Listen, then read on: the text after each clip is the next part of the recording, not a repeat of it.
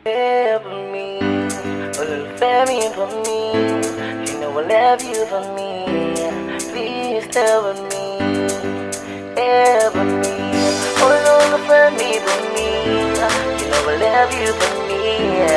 Please stay with me, stay with me. A little family for me. You know I love you for me. Please stay with me, stay with me. Me, for me, you know I love you for me. Please stay with me. Baby girl, kinda not the way I love you. Every day and night I go still the one to you. Let me be your superstar, gonna take you high to the sky. Oh, love for me, for me. You want me more fair low. Shisha kara kara, Kimberly Fiasha, you're my one desire. I cannot cheat on you, want you like a fool, oh my baby boo. They got me intoxicated, you are rated as my number one.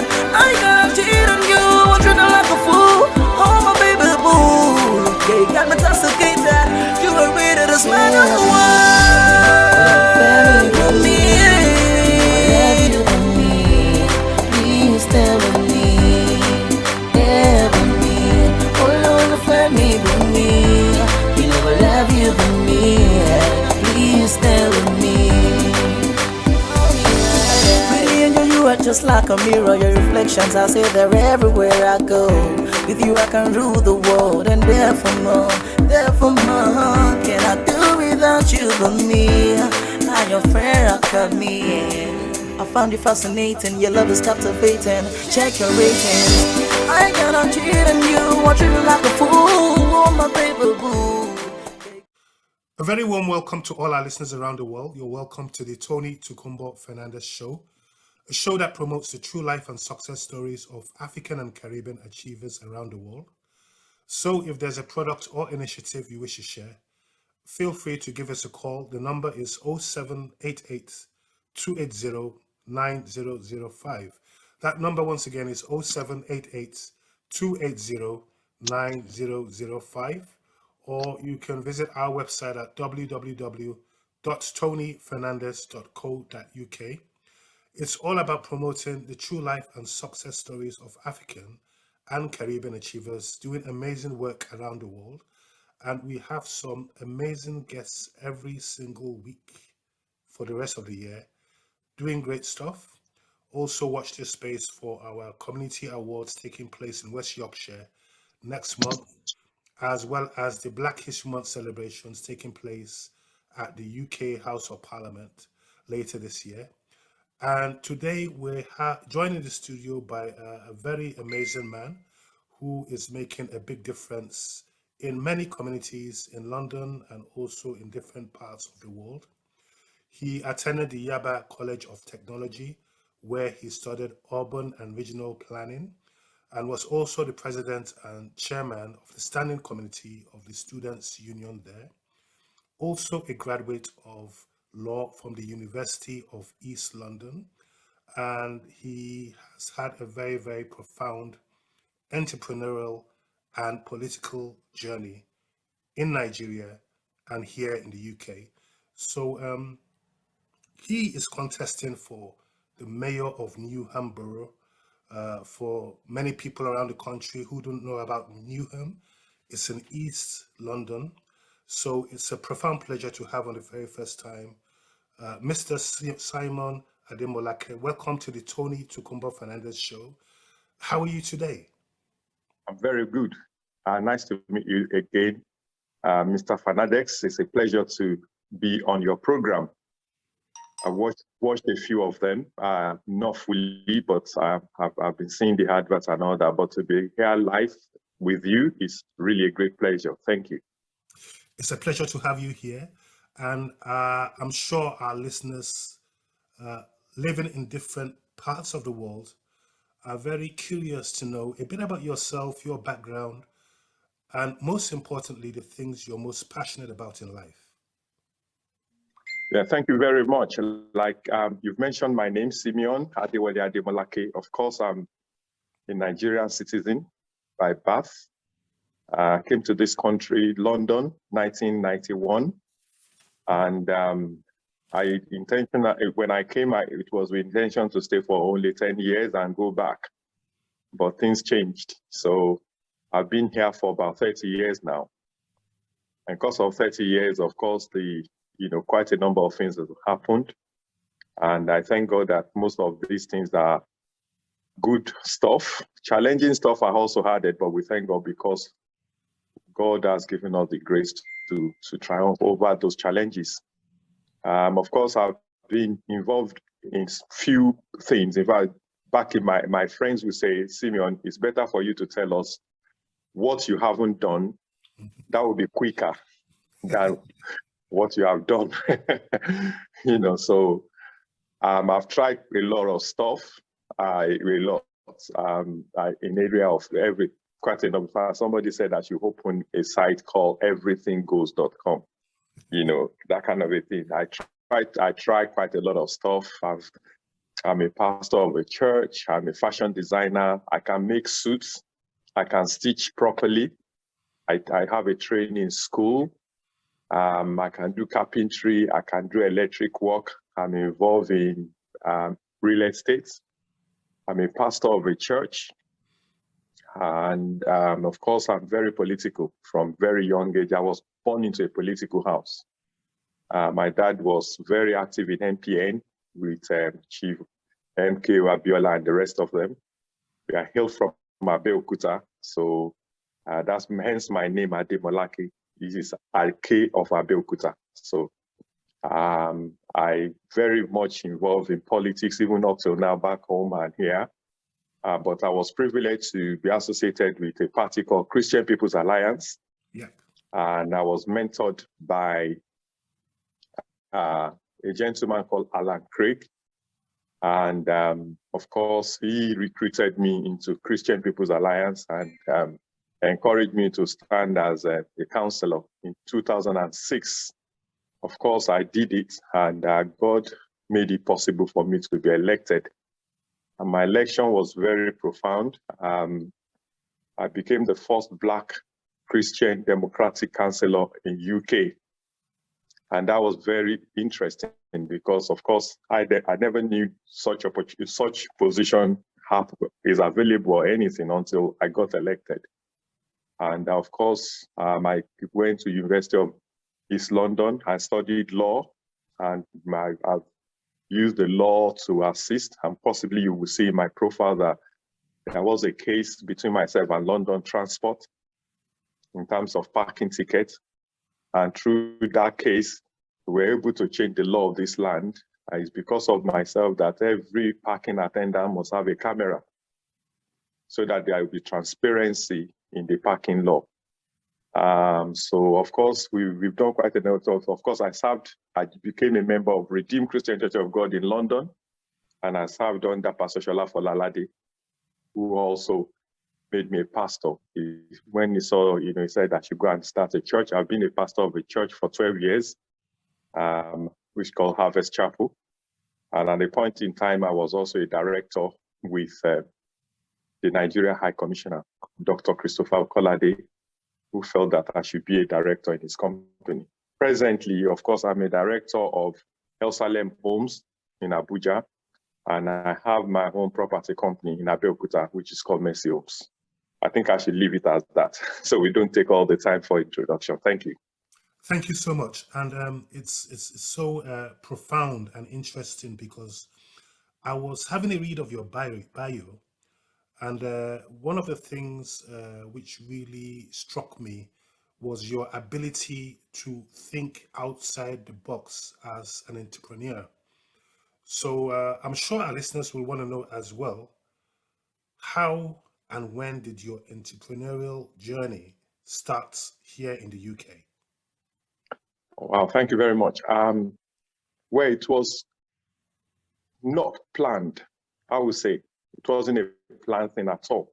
Of course, as you know, we all grew back in Africa to know that we have to apply for jobs and all that. That was what we learned. And that was when I came. Of course, I worked as a cleaner, the first thing, worked as a cleaner, And of course, I went to work at a particular company, and they liked the way I was working, and they recruited me to be a member of the staff and all the stuff.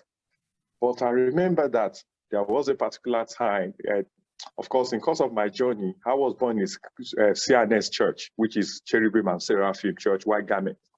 But of course, quite a number of my friends are Pentecostal.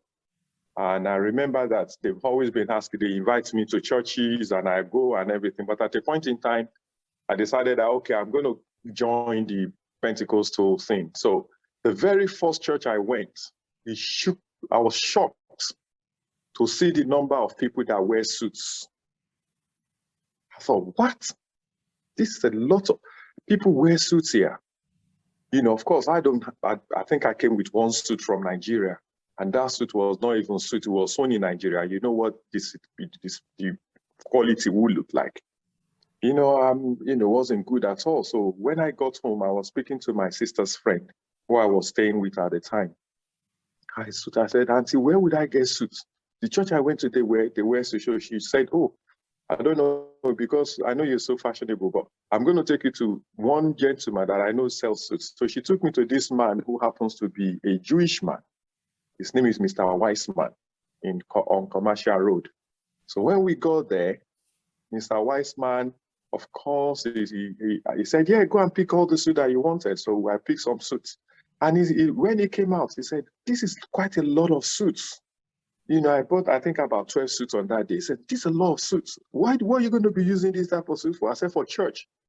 He looked at me and said, wow, if you can buy this number of suits, which means this is likely to be a business for you. Why don't you take this to church and see whether you're going to sell them? That was the beginning of my entrepreneurial thing. I took those suits to church. And guess what? By the time I finished service on that day, I showed it to people. My pastor bought this, but do you know I sold all those suits? Then one guy came to me and said, I'm getting married. Can you get suit for me and my groomsmen and all that? I said, of course.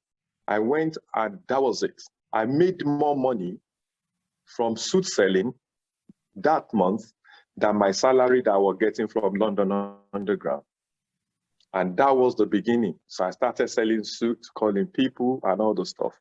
And that started actually my entrepreneurial career until I owned my own shop and started my own label. That's very, very fascinating. And we can always learn from such profound stories.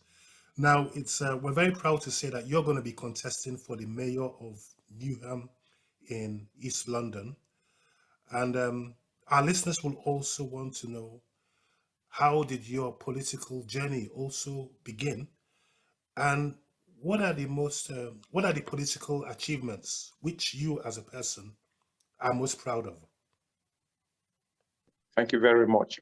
My political career started in Trinity Chapel when I joined Redeemed Christian Church of God under Pastor Shola Folalade.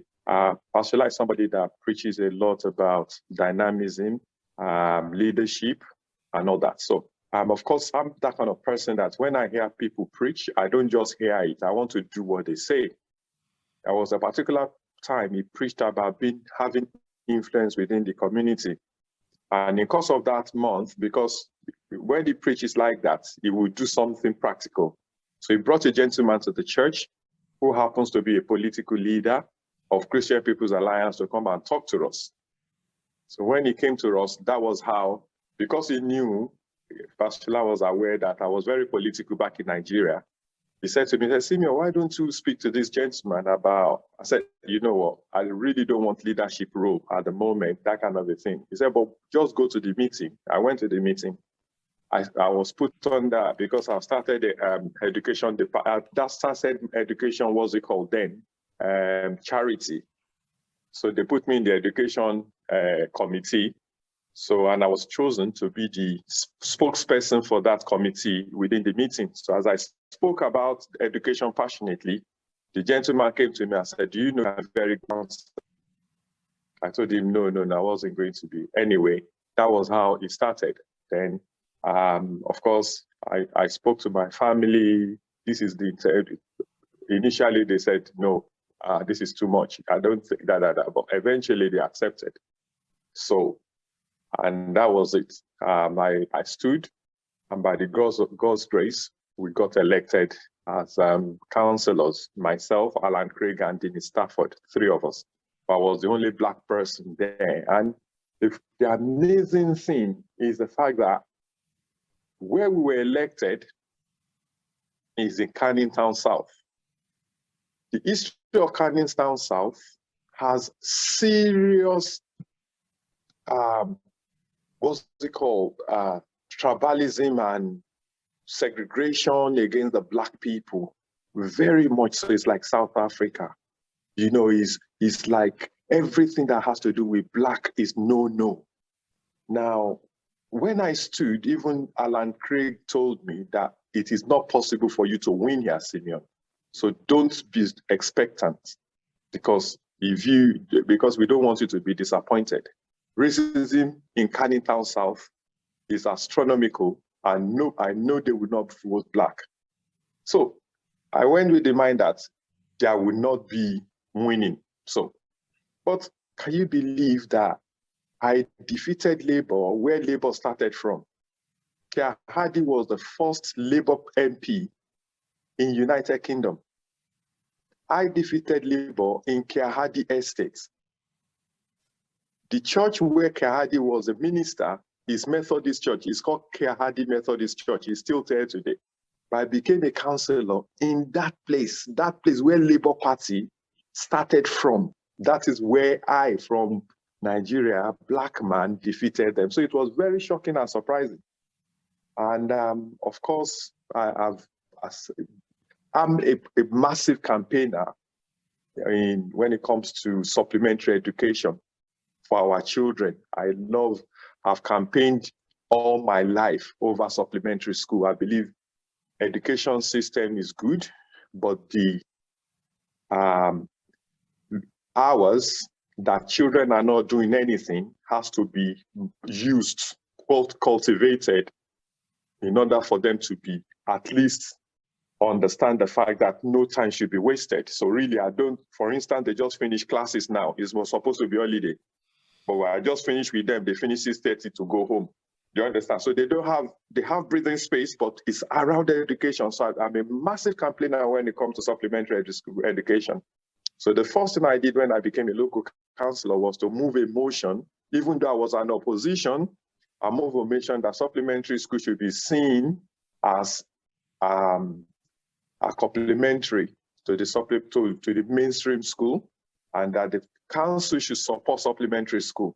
I was surprised that all of the council supported that motion.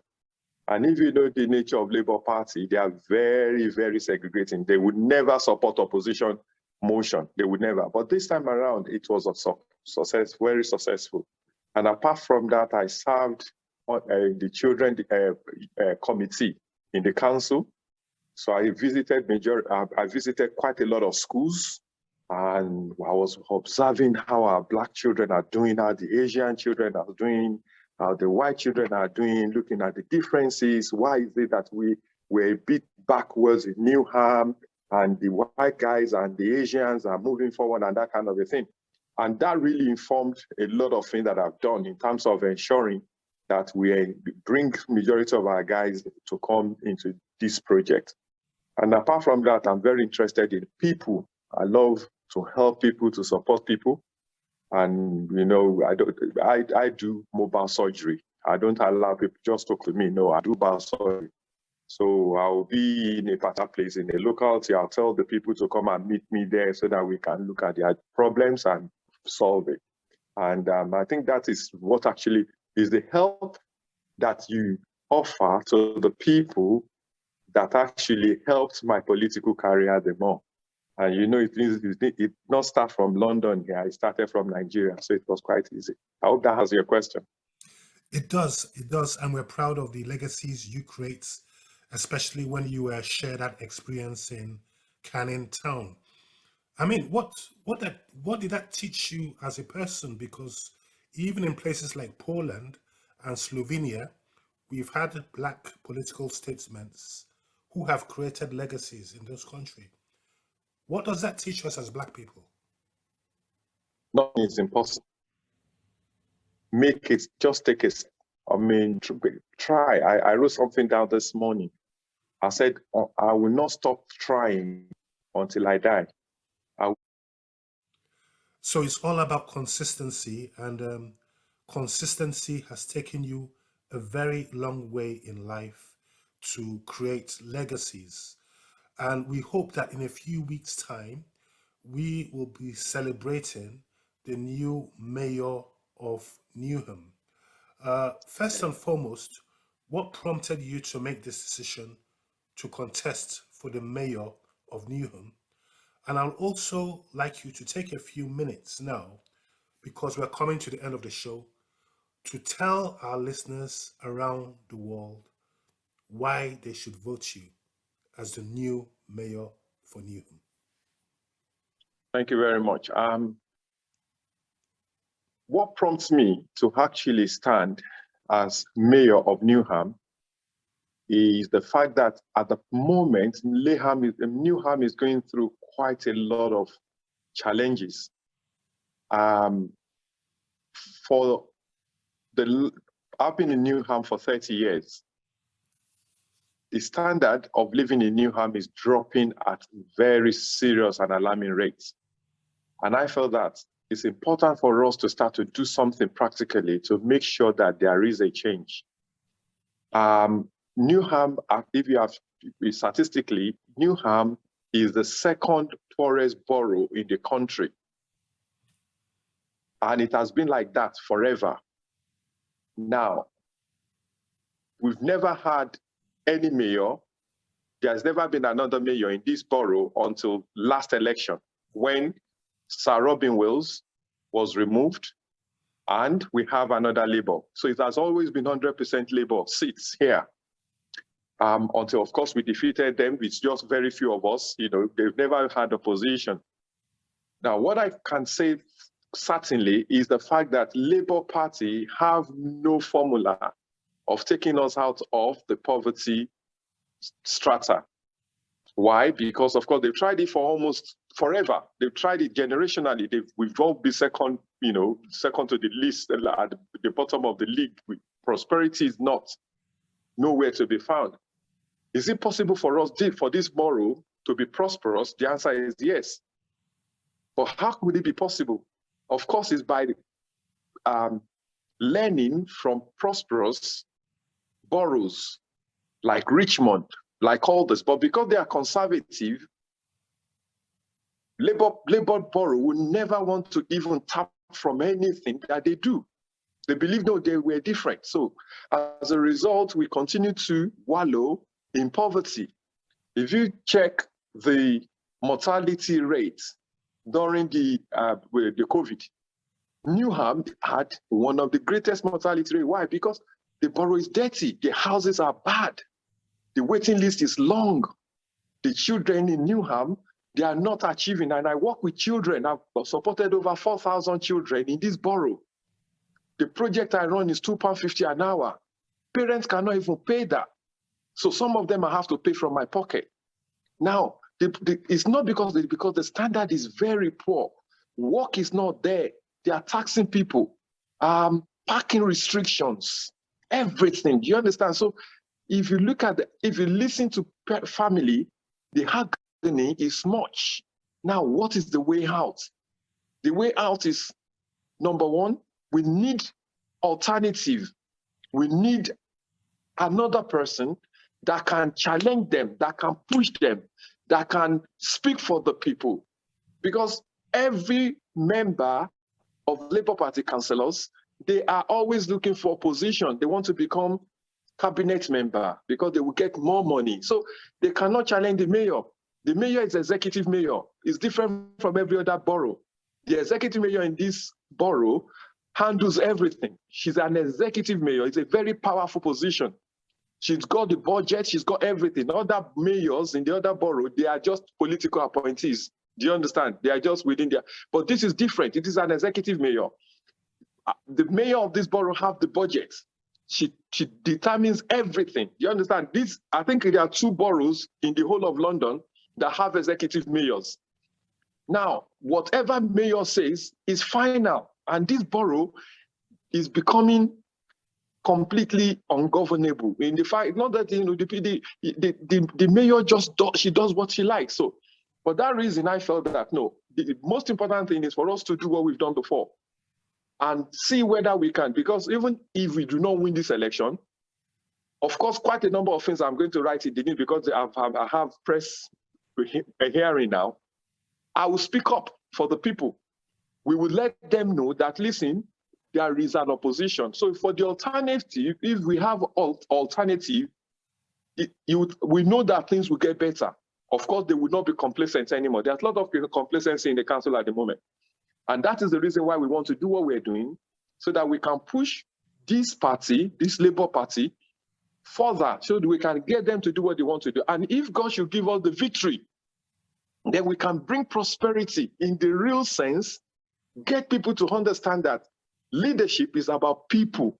There is a difference between love of power and power of love. Love of power is what they have. They have no power of love. It's not the love of people. I was at somebody's house. Sorry, I'm taking time. I was one of the community. This is an Asian guy. He broke down, started crying. The roof of his toilet is coming down. He's called the council. His garden has been blown by the serious wind we had. The garden is completely collapsed. It's called the council so many times. Try our Newham council. When tomorrow, during work hours, try and pretend as if you want to speak to somebody in Newham council and say how long it's going to take you to get through to speak to one person. Not to talk of attending to the problems of the people that are crucial and urgent. Then you will now know that definitely we need alternative in Newham. They are not listening. They have all the power. They know they're 100%. They will always get elected. If a dog contests in Newham, if the picture is not shown as a Labour councillor, that dog will win. So really, it doesn't matter what people feel to them anymore. So really and truly, the man was almost crying. He said, listen, they told me 7th of July. That's where they're coming to do inspection. So can you imagine, this man has been calling since February. 7th of July is when they gave him. What happened if the roof of the toilet collapses? What will happen? So there are quite a lot of, you need to see the council houses. The lifts are filthy. The cleaners, they sit down and drink tea. I've seen them. Where the road is dirty. A lot of things are happening. And nobody can say anything. Why? Because they are the same group. Now I decided that for the sake of these people who cannot speak up, who will not be heard, even if they speak or shout, I will stand up and I will begin to represent the people the way they should be represented. And that is exactly the motivation that I have. This is not about me, it's about the people that I serve in the community. And that is exactly, and I told them, I said, there's a difference between party activists and community activists.